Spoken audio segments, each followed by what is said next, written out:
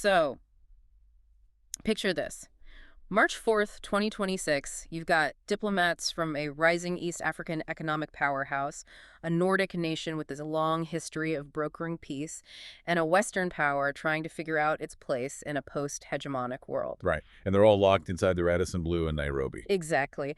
But they aren't there to end a specific war. They are there to, well, fundamentally rewrite the architectural code of how human beings negotiate peace. It's a massive undertaking. It really is. And you're listening to this deep dive because you track these tectonic shifts beneath the geopolitical surface. The current multilateral system is, well, it's fracturing. Oh, absolutely. The traditional UN-brokered peace process is just bleeding credibility right now. Yeah, and global conflict metrics are at multi-decade highs. The old ways of getting warring factions to the table are simply failing to keep pace with modern fragmented warfare. What's fascinating here is the sheer audacity of the proposed solution.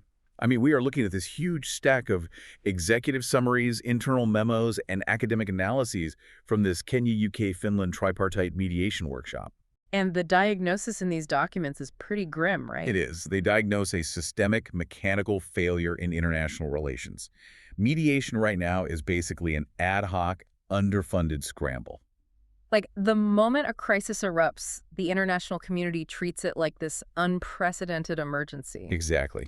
They're frantically searching for the right personnel, scrambling for budget approvals, trying to establish political legitimacy on the fly. Yeah, building the airplane while it's in a nosedive. Well put. Yeah. And this workshop was a calculated attempt to stop doing exactly that. So to understand the blueprint they're trying to draw up, we really have to look at the architects first.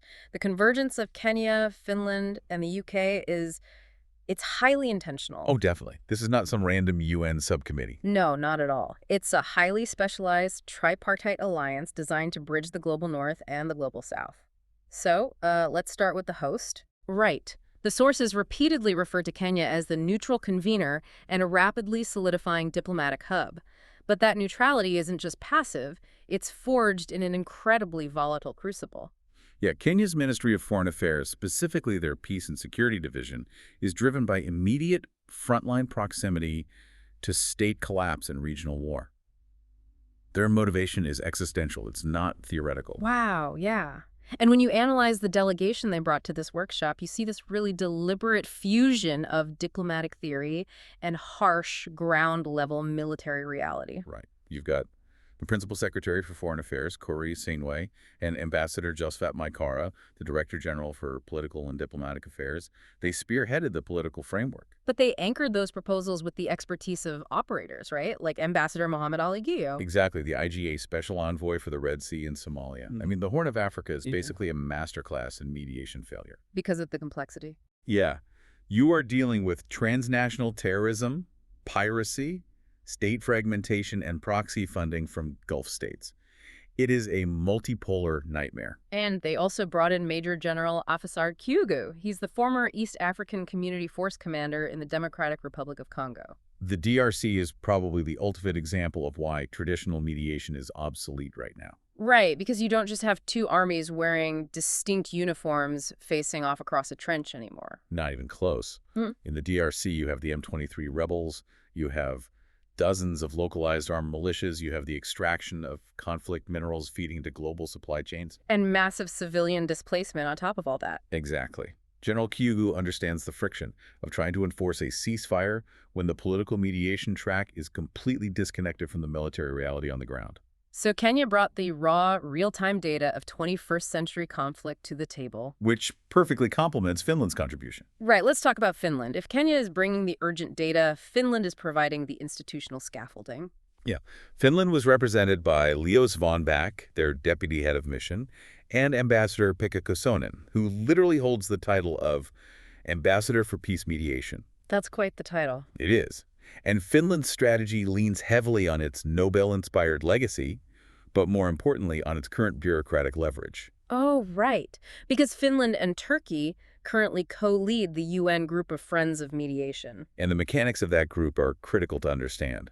A group of friends at the UN isn't just a networking circle or a club. It sounds like one, but it's not. No, it is a strategic voting and lobbying bloc of member states. They actively draft methodological guidance, influence the UN Secretary General's reports, and marshal funding for peace-building initiatives. So Finland really knows how to maneuver a concept through those labyrinthine corridors of international law. Absolutely. They possess the institutional memory of what has worked in Geneva or Oslo, and they understand the precise legal language required to make a new initiative palatable to the broader UN General Assembly. Okay, so that leaves the United Kingdom, represented by Dr. Ed Barnett from the FCDO's Conflict Resolution Department. The UK's presence here is fascinating. It signals a profound strategic pivot. How so? Well, the British internal messaging emphasizes adapting to multipolar realities. This is an implicit acknowledgement that the era of Western unipolarity is over. You mean the era where a global power could simply dictate terms to warring parties under the threat of sanctions or military intervention? Exactly. That's gone. Little power diplomacy is the new reality. Okay, let's unpack this. It's almost like assembling a highly specialized consulting firm for global crises. That's a great way to put it. Yeah, you have the regional heavyweight with the on-the-ground access, the legacy institution with the historical playbook, and the global power adapting to a fragmented market. The UK realizes it has to act more like a venture capitalist for global stability now. They provide technical architecture, diplomatic weight, and funding, while allowing regional powers like Kenya to take the political lead. The dynamic is really striking. But bringing these diverse players together is just the setup. The core output of this convergence is what we really need to dissect. Right. Kenya did not just call this workshop to share best practices. No, they utilized this platform to pitch a structural overhaul of global diplomacy. They want to create the International Organization for Mediation, IOMED. And this is the most radical proposition in the source material. It really is. Kenya is basically advocating for an international peace treaty, right? Yes, a formal, legally binding convention that establishes a permanent, standalone global institution dedicated exclusively to the professionalization and deployment of mediators. Wait, okay, so Kenya wants to build a new UN-style agency just for mediators. That's the proposal. I mean, my immediate red flag here is bureaucratic bloat. We don't even have a public draft text or timeline yet. Isn't there a huge risk? This just creates more red tape. That's a very valid concern. The international system is already suffocating under the weight of alphabet soup agencies. Creating an entirely new organization requires immense capital, years of drafting. And the risk of establishing yet another forum where diplomats just argue over seating arrangements rather than solving crises. Exactly. Why build a new building when the UN Department of Political and Peacebuilding Affairs already exists? Well, if we connect this to the bigger picture, the structural argument from Kenya's DG Maikara and PS Sing'oei is that the existing apparatus is fundamentally flawed. Because it's too broad. Because of its broad mandate, yes, and its vulnerability to the political whims of the UN Security Council. Ah, right. The veto powers. Exactly. If you look at the academic analyses of the IOMED proposal, the closest functional analogies they make are to the World Intellectual Property Organization, WIPO, or the International Committee of the Red Cross. The ICRC. Right. Consider how the ICRC operates. It is universally recognized neutrality, an independent funding mechanism, and a standardized protocol for operating in war zones. Okay, I see. And Kenya is arguing that peace mediation requires that exact same level of sequestered, standardized infrastructure. They are. So it's essentially proposing an ISO-like an international organization for standardization, but for peace talks. That's a really good analogy. The mechanical failure they are trying to fix is interoperability. Right now, if a civil war breaks out, you might have the African Union, the European Union, a UN special envoy, and a coalition of neighboring states all attempting to mediate simultaneously. And they trip over each other constantly. Yeah. They offer conflicting incentives to the warring parties. It leads to forum shopping. Which is incredibly destructive. A warlord simply engages with whichever mediator demands the fewest human rights concessions. So IOMED would theoretically create a universal baseline standard, deploy certified practitioners, and centralize the process. Exactly. Furthermore, it addresses the critical issue of incentive structures. Right now, the incentives for armed actors to come to the table are often weaker than the incentives to continue illicit economies fueled by the conflict. Right. Why stop fighting if you're making millions smuggling gold or weapons? Exactly. An institution like IOMED, backed by a global treaty, could theoretically wield standardized, predictable financial and diplomatic carrots and sticks. Completely independent of the annual budget constraints or shifting foreign policy goals of individual donor nations. In theory, yes.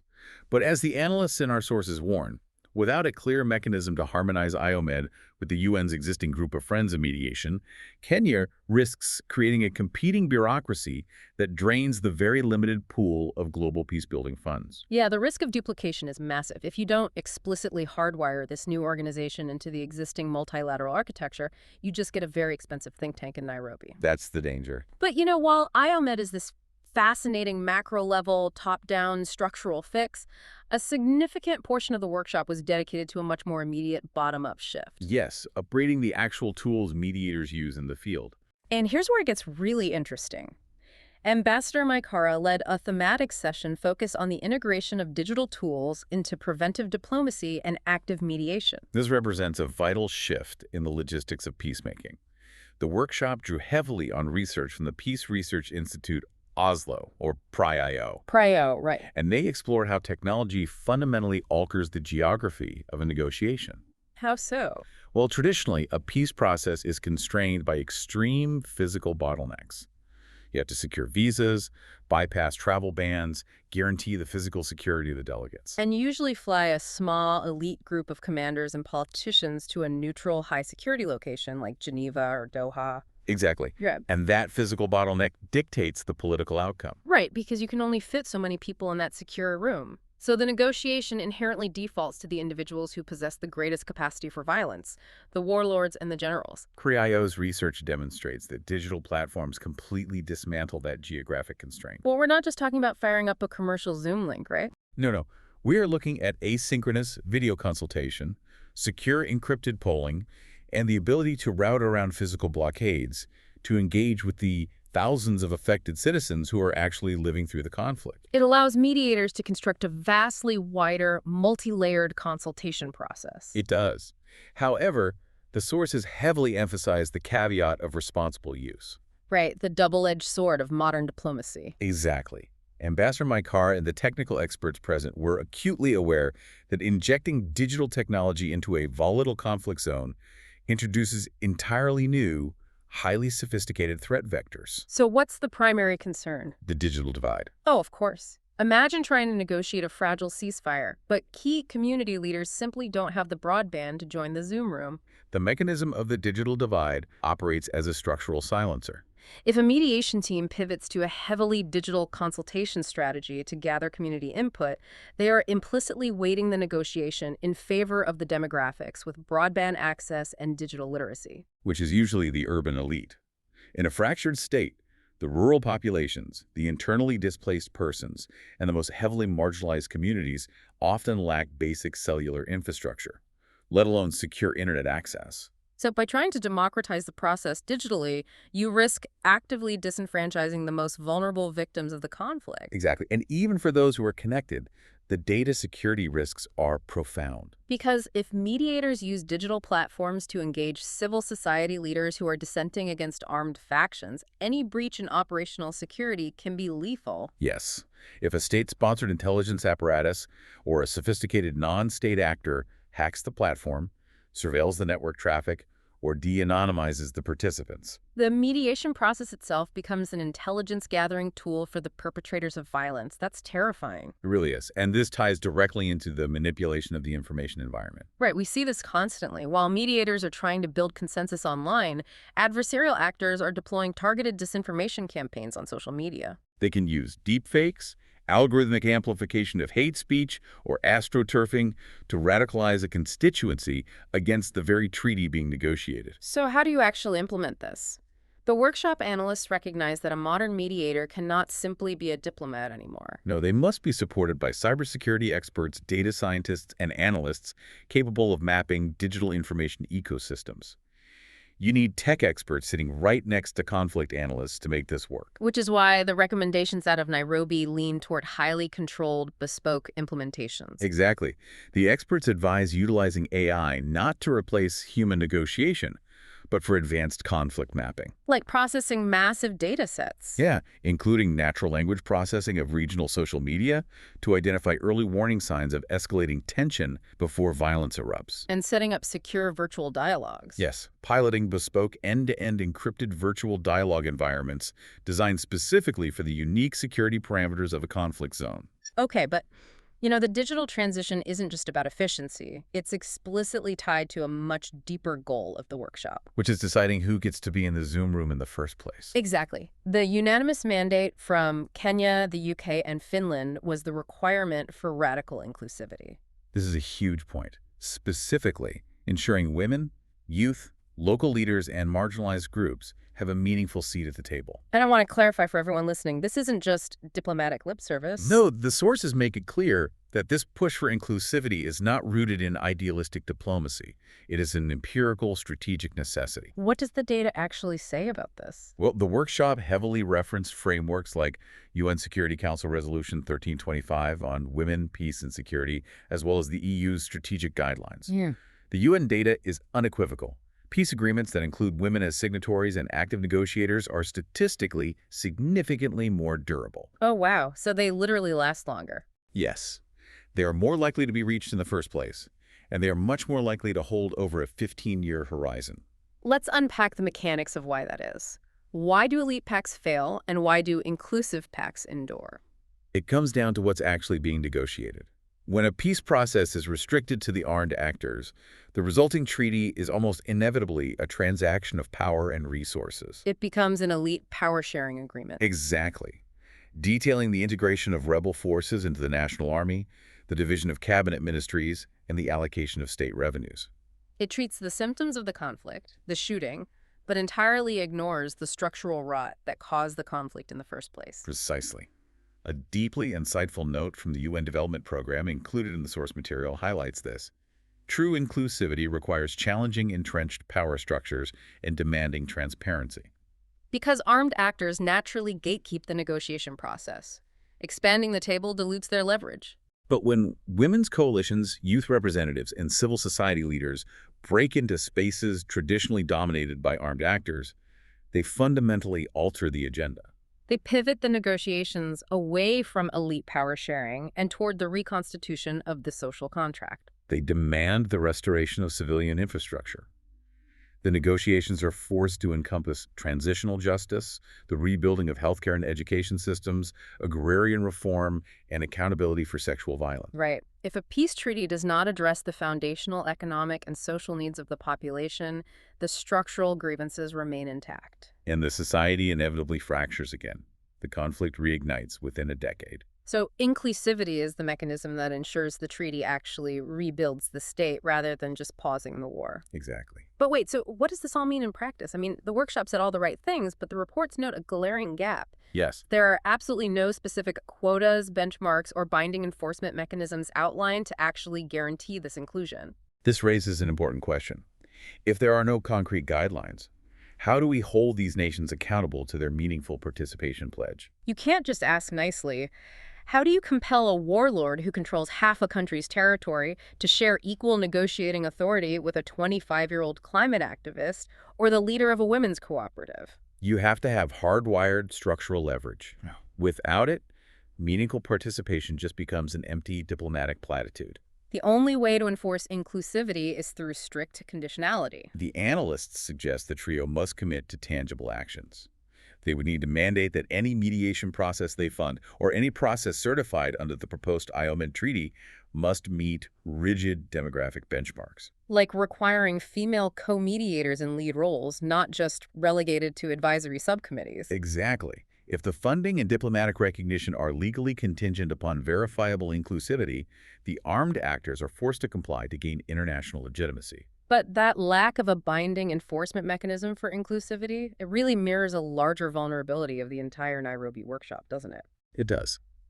Which leads us to the reality check, assessing the follow-up commitments from the March 4th and 5th summit. And the sources present a highly sobering picture here. Despite the ambition of proposing a new global treaty and overhauling digital mediation logistics, the diplomatic follow-through is currently opaque at best. The analyst reports detail a severe lack of concrete deliverables. Yeah, I mean, there was no formal signed joint declaration at the conclusion of the workshop. None. The official statements point only to an agreement on, quote, practical areas for continued trilateral cooperation, unquote. But specifics are under wraps. In the mechanics of international relations, the absence of a joint declaration no specific dates for follow-up meetings, and the failure to establish a formalized standing committee. It means the initiative is highly vulnerable to simply evaporating once the diplomats return to their respective capitals. Momentum is the most fragile currency in diplomacy. So what are the missing pieces? The gaps in coordination are pretty concerning. Very. The source material reveals no explicit, formalized coordination with third parties like the African Union or the UN Department of Political and Peacebuilding Affairs regarding the IOMED proposal. Wait, really? If Kenya intends to launch a convention that radically alters global mediation architecture, attempting to do so without the explicit, public backing of the AU from day one seems like a massive strategic oversight. You cannot reform the global system from Nairobi without anchoring it in the existing regional power structures. It just won't work. So what's the pathway forward? How will you, the listener, know if this workshop was actually a success? The pathway forward requires immediate, tangible escalation. The analysts suggest that the viability of this initiative will be tested over the next 12 months. First, Kenya must draft and circulate a formal concept note for the IOMED treaty, right? Yes. They need to force international legal scholars and member states to actually debate the text. Furthermore, the trio needs a small working group or secretariat to maintain momentum. And the UK and Finland must utilize their geopolitical leverage to mainstream this proposal. Exactly. The critical indicators of success will be whether the UK Foreign Secretary or the Finnish delegation actively champion the IOMED framework at upcoming major diplomatic forums in 2026. Like the Commonwealth Foreign Affairs Ministers meeting? Or ComFam? Or on the floor of the UN General Assembly this fall. But the ultimate litmus test is operational, isn't it? Always. Will this tripartite alliance actively apply their new framework prioritizing radical inclusivity and secure digital deployment to an active crisis like the civil war in Sudan or the ongoing stabilization efforts in Somalia? Because if the theory generated at the Radisson Blu does not translate into a measurable change in the friction of frontline mediation, it remains an academic exercise. It does. And bringing it all back to you listening, why does tracking a bureaucratic treaty or a mediation workshop in Nairobi matter to you? Because the traditional world order is fracturing. Supply chains, global markets, and human security are increasingly hostage to regional wars that the traditional UN system simply cannot contain. Exactly. If Kenya, Finland, and the UK can successfully build a new, inclusive, tech-enabled architecture for peace, it stabilizes global markets, secures supply chains, and fundamentally shifts how human crises are resolved in our lifetimes. It is a monumental undertaking to institutionalize peace. It really is. But as we synthesize all these implications of the IOMED proposal, it reveals a profound, almost philosophical paradox at the heart of this endeavor. If Kenya's vision is realized, if we successfully institutionalize and standardize mediation globally, treating it like international trade or intellectual property with certifications and rigid... It requires an intuition that defies standardization.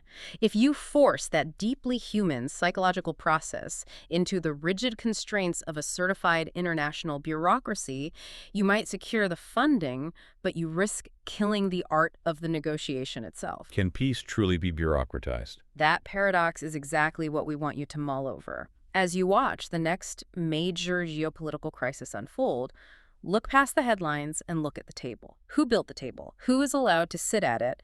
And what mechanisms are forcing them to stay there? It's a completely different way to view global conflict. It really is. We appreciate you taking the time to navigate the deep structural mechanics of global diplomacy with us today. We will be back soon to deconstruct another critical shift in how our world operates. But until then, keep questioning the architecture beneath the headlines.